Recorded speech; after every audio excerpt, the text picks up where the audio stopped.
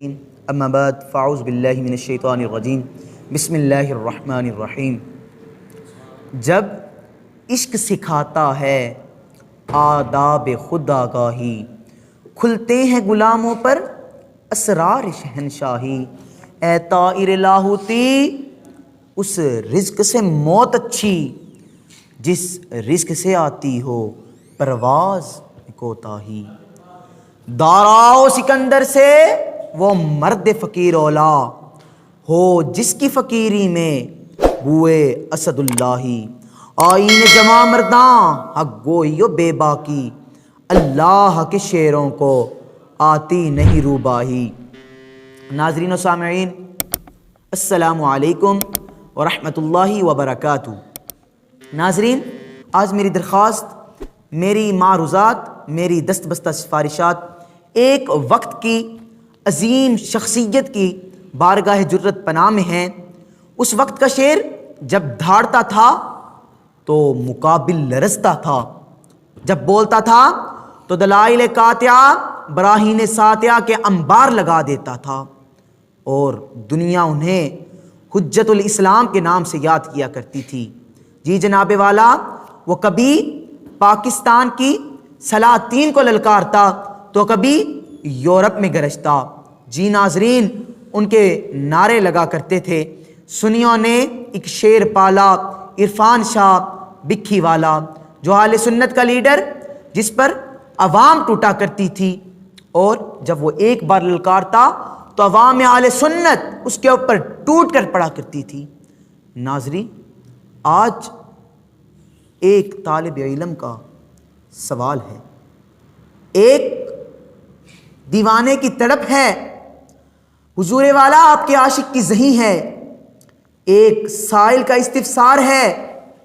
ہمیں پرانا عرفان شاہ چاہیے جو قاطع رافضیت اور فاتح نجدیت تھا، جس کی لہجے میں حیدر کی للکار تھی، جس کی سیرت میں صدیق اکبر کی صداقت تھی، جس کی آنکھوں میں عثمان غنی کی حیا اور فاروق اعظم کی عدالت تھی۔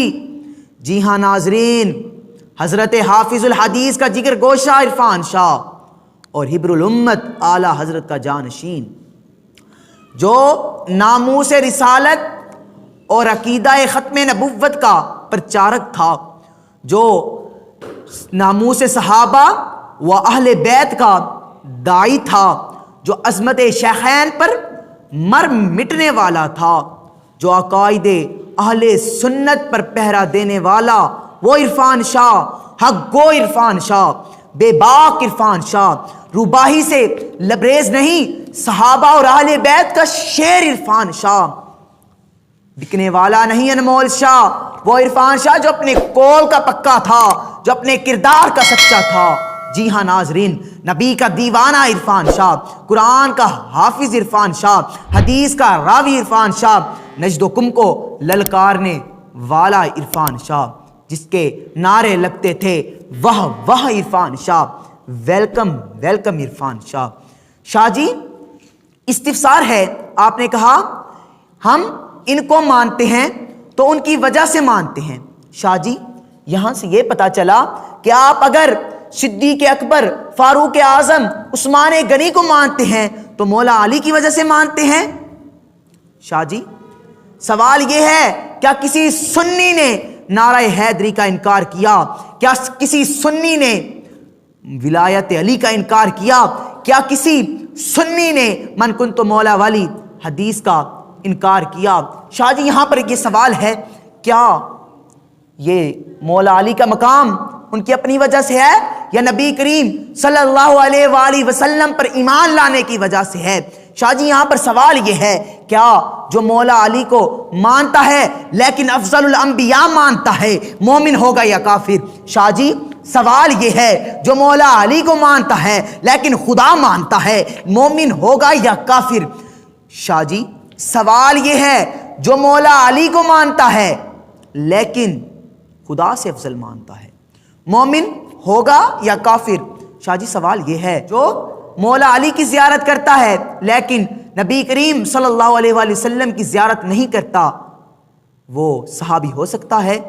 شاہ جی یہاں پر سوال یہ ہے، کیا مولا علی کی زیارت کرنے والا زیادہ مقام رکھتا ہے یا نبی کریم صلی اللہ علیہ وآلہ وسلم کی زیارت کرنے والا زیادہ مقام رکھتا ہے؟